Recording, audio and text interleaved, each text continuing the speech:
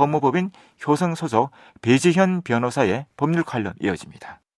안녕하세요. 배지현 변호사입니다. 오늘은 환자 사망 사건에서 의사의 의료 과실 여부를 판단한 대법원의 판결을 살펴보겠습니다.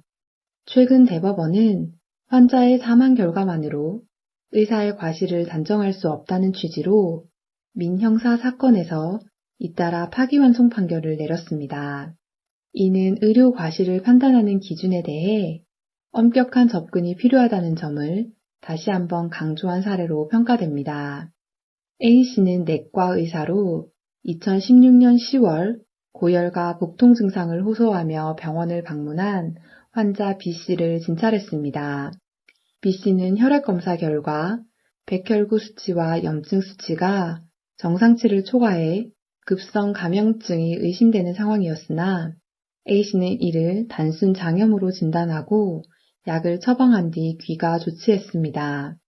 하지만 B씨는 그날 상태가 악화되어 다음날 폐혈성 쇼크로 사망했습니다. 하급심 법원은 A씨가 급성 감염증 진단을 위해 필요한 조치를 소홀히 했다고 보고 업무상 과실치사 혐의를 인정해 금고형을 선고했습니다. 그러나 A씨는 당시 환자의 맥박, 체온 등 활력 징후가 안정적이었으며 급성 감염증을 단정할 추가 소견이 없었다며 상고했습니다. 이에 대해 대법원은 하급심의 유죄 판단을 뒤집고 A씨의 업무상 과실치사 혐의를 무죄 취지로 파기환송했습니다. 재판부는 당시 한국의료분쟁조정중재원과 학회의 감정 결과를 토대로 A씨가 내린 장염 진단이 임상적 판단의 범위를 벗어나지 않았다고 판단했습니다. B씨의 활력 징후가 안정적이었고 급성 감염증을 진단할 추가 소견이 나타나지 않았기 때문에 A씨가 응급조치를 하지 않은 것을 과실로 볼 수 없다는 것입니다. 특히 대법원은 의사가 최선의 주의 의무를 다했는지는 당시 의료 수준과 상황을 종합적으로 고려해야 한다라고 강조했습니다. 환자의 사망 결과만으로 의사의 과실을 추정할 수는 없으며 과실을 인정하기 위해서는 명확한 증거와 합리적 의심이 배제될 정도의 증명이 필요하다고 판시했습니다. 이와 유사한 사례로 대법원은 최근 민사소송에서도 의사의 과실을 인정한 원심을 파기환송한 바 있습니다.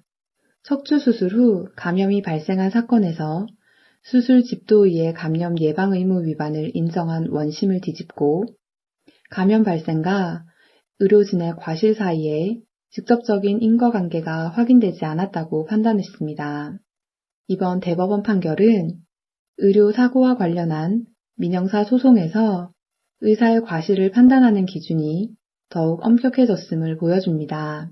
의료진에게는 생명과 안전을 다루는 만큼 높은 주의 의무가 요구되지만 동시에 당시 상황과 의료 수준을 감안해 공정하고 신중한 판단이 내려져야 한다는 점도 재차 강조되었습니다. 이러한 판결은 의료사고에서 과실 책임을 묻는 기준을 더욱 엄격하게 적용한 사례로 평가되며 의료진이 과도한 법적 책임을 부담하지 않고 정당한 의료행위를 수행할 수 있는 환경을 조성하는 데 기여할 수 있습니다. 다만 환자 입장에서는 입증 책임이 가중될 수 있습니다. 오늘은 의료 과실을 판단한 대법원의 판결을 살펴보았습니다. 감사합니다.